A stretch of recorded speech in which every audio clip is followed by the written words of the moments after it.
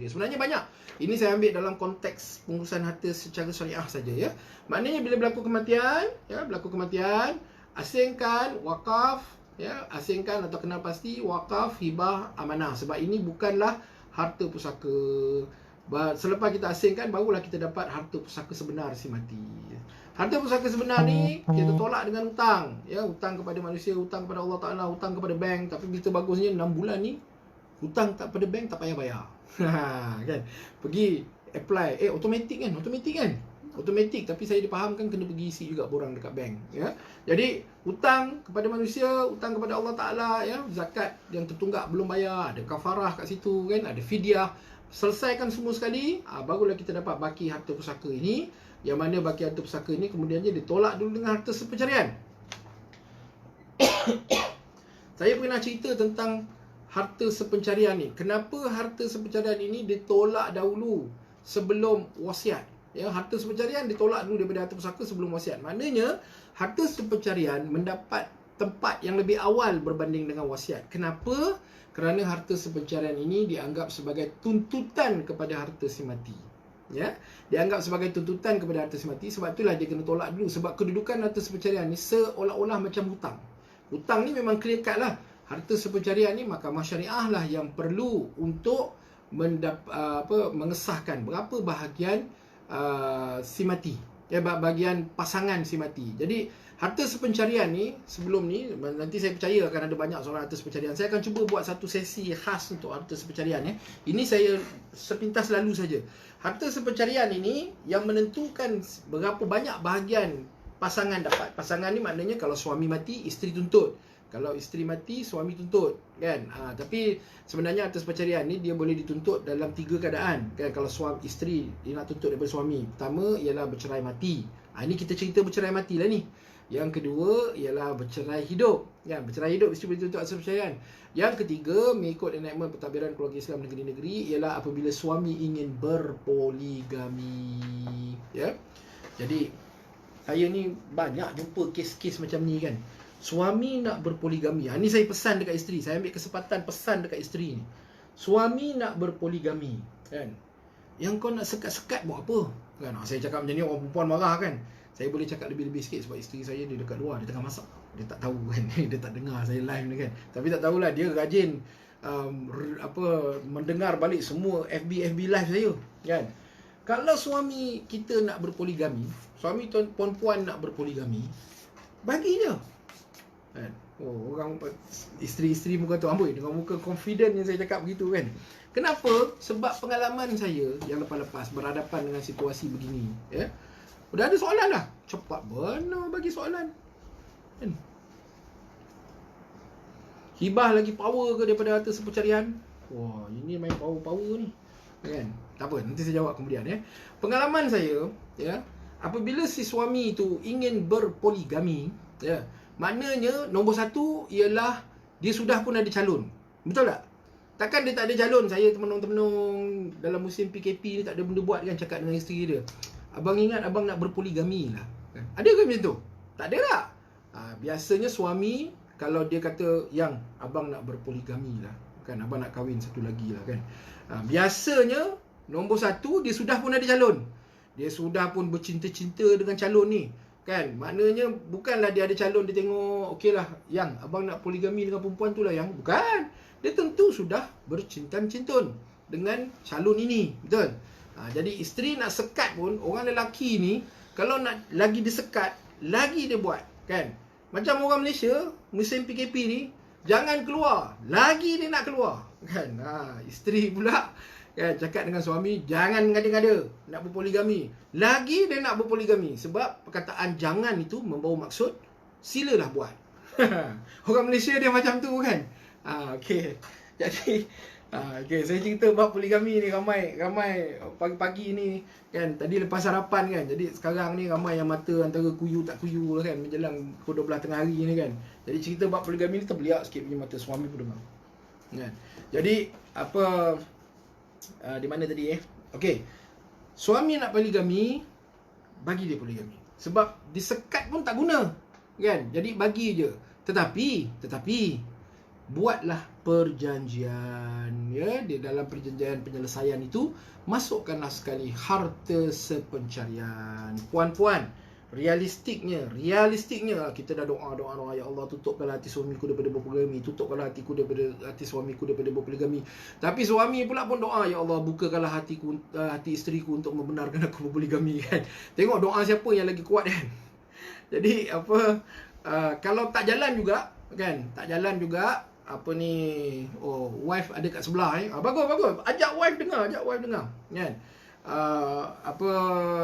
Kalau tak jalan juga, doa isteri tak jalan, doa suami yang dimakbulkan oleh Allah Subhanahu Wa Taala, sebab suami rajin bangun tahajud apa semua, doa dalam tahajud semua, kan. Jadi doa suami yang dimakbulkan oleh Allah Subhanahu Wa Taala, maka isteri redha sajalah. Tapi cakap dengan suami, boleh abang nak poligami, boleh, saya tak ada apa-apa masalah, ya, saya tak ada apa-apa bangkangan, tapi mari kita buat dulu perjanjian penyelesaian ni, yang mana dalam perjanjian penyelesaian ni diceritakan tentang hak bermalam.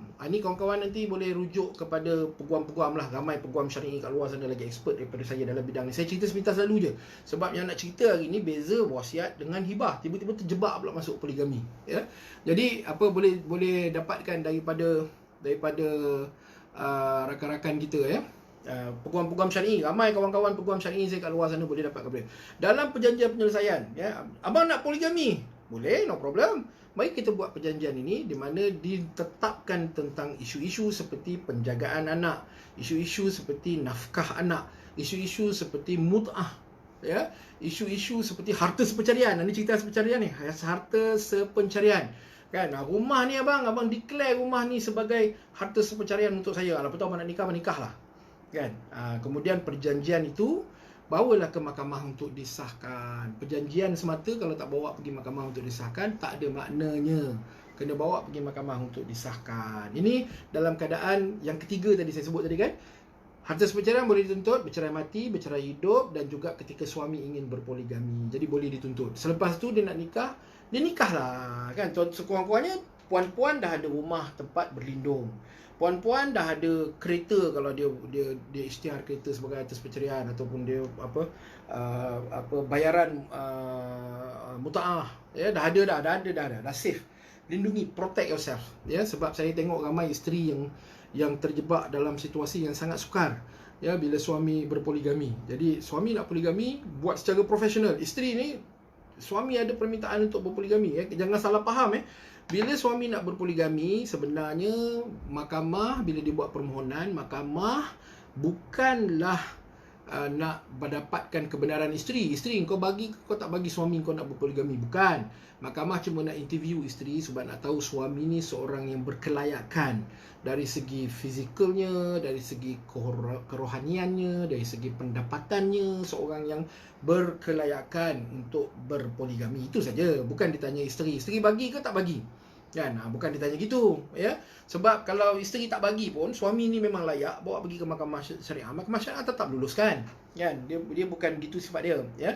Daripada suami kita, bukan suami kita lah, suami puan-puan, ya. Daripada suami puan-puan pergi lari ke sepadan, nikah kat sepadan, yang selepas tu tak tahu ujung pangkalnya macam mana, baiklah kalau suami cakap dengan perempuan, saya nak suami cakap dengan perempuan, abang nak berpoligami, baiklah bang, syukur, alhamdulillah. Marilah kita laksanakan dengan cara yang betul. Jumpa peguam syar'i, kawan-kawan dekat luar sana tu, ramai peguam syar'i kawan-kawan saya kat luar sana tu boleh tolong. Buatkan perjanjian penyelesaian ni tadi, ya, buatkan perjanjian. Lepas tu dah sign semua apa segala semua, iringi suami untuk bernikah di dalam majlis ni. Masya Allah, sekat pun tak boleh, sebab dia memang dah nikat dia nak poligami. So kita nak sekat-sekat buat apa? Bagi je, tapi protect diri sendiri. Yang itulah yang akan berlaku dalam kronologi yang saya kongsikan ini, yang mana harta sepencarian ditolak dulu daripada baki harta. Lepas tu ada baki, dah tolak harta sepencarian, ada baki. Harta sepencarian ni mahkamah boleh putuskan, kalau ada perjanjian tadi, mahkamah boleh putuskan ikut perjanjian tadi. Ataupun kalau tak ada perjanjian, mahkamah kena putuskan berdasarkan pandangan mahkamah berapa sumbangan, maksimum 50%, okey. Selepas tu dapat baki harta pusaka ni, selepas ni lah baru tolak dengan wasiat. Dan bila saya sebut wasiat kat sini, saya merujuk kepada wasiat 1/3. Yang ni yang saya nak jelaskan hari ni, ya. saya nak jelaskan hari ni, wasiat sebenarnya dia ada dua dimension. Yang ni yang ramai orang tak tahu, sebab bila dia ingat wasiat je, dia tengok cerita Sulaiman Akhlaqan. Dia teringat tentang Sulaiman Akhlaqan, dia teringat tentang cerita Tiga Abdul, tentang Abdul Wahid yang menerima wasiat daripada bapa dia, negeri Gohit Gostan dan benda semua tu kan. Kan cerita tu pembahagian harta, abang pertama dapat banyak, Abdul Wahab dapat, Abdul Wahub dapat, Abdul Wahid yang ketiga tu, Piramli tu yang itu dapat rumah buruk saja. Abang dia dah sapu habis. Tapi rupanya ada wasiat yang dibuat oleh Sulaiman Akhlaqan kepada yang mana Ismet Ulam Raja melalui Sulaiman Akhlaqan membuat wasiat supaya harta-harta ini diserahkan, diwasiatkan kepada Abdul Wahid. Jadi orang kita selalu fikir wasiat je itu, wasiat itu. Okey. Dekat sini wasiat yang saya masukkan ialah wasiat 1/3. Selepas tu kita baru dapat harta pusaka bersih yang kemudiannya diagih mengikut hukum faraid ataupun muafakat. Jadi tuan-tuan tengok poin yang saya nak sampaikan pada hari ini, puan nilai ni saya setuju asalkan bukan suami saya. Betul tuan. Semua isteri jawab macam tu sebenarnya bila saya cerita. Puan bukan orang yang pertama. Ustazah Liza pun, Ustazah Pendidikan Syariah kita pun cakap benda yang sama. Setuju asalkan bukan suami saya, kan? Mana ada orang poligami tiba-tiba termenung dalam musim PKP tak boleh keluar rumah dengan cakap dengan isteri yang abang nak poligami. Mana ada, kan? Kalau dia dah sebut macam tu je, maknanya dia mesti sudah ada calon. Tapi gelak cerita poligami ni kadang-kadang kesian juga. Kesian. Saya kesian pada isteri yang banyak berada pada situasi yang teraniaya. Ada seorang kawan saya tu, tak boleh lari lah cerita poligami ni. Cerita poligami ni memang seronok, kan? Ada seorang kawan saya tu, dia poligami dekat Sepadan. Dia poligami dekat Sepadan. Kemudian isteri dia suspek dia sudah pun berpoligami. Kawan ini businessman lah. Biasanya memang businessman ni yang berpoligami banyak ni, kan? Saya bukan, saya hanyalah seorang hamba Allah yang menjalankan amanah tu saja. Jadi malam-malam isteri dia kejut suami dia, pukul 3 pagi isteri dia kejut suami dia, kan? Suami dia bangun dengan keadaan ni, suami dia cerita kat saya ni, suami dia bangun dengan keadaan mata, kenapa yang? Isteri dia pegang Quran. Isteri dia kata, bang, letak tangan abang kat atas Quran ni, lepas tu abang bersumpah bahawa abang tidak berpoligami, kan? Jadi isteri bila tengok, isteri banyak soalan. Okey, tapi ini soalan yang relevan, tak apa, saya akan jawab. Jadi suami pun macam, yang tengah-tengah malam ni nak bersumpah dengan Al-Quran ni bahaya yang nanti kena makan sumpah, kata dia. Jadi dia pun pujuk lah isteri dia, pujuk. Jadi dia ada 3 fasa, kan? Dalam berpoligami ni ada 3 fasa. Pertama ialah fasa yang dipanggil sebagai fasa penderaan emosi, kan? Emosinya terdera dalam fasa yang pertama. Dalam fasa yang kedua ialah dipanggil fasa memaafkan. Ni kawan saya ajar kat saya ni. Kawan saya, bukan saya. Saya tak tahu. Saya tidak berpoligami, saya tak tahu. Kawan saya, dia kata nak lepas fasa pertama tu, di mana isteri ni mengamuk aja kerjanya, marah, mengamuk aja kerja ni. Ini fasa pertama. Dia kata yang masa fasa pertama ni kau kena steady, kata dia. Kau jangan melenting, kan? Kalau isteri kau mengamuk ke apa ke, kan?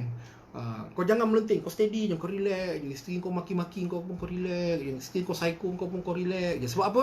Sebab habis saja fasa pertama itu, dia akan masuk fasa kedua.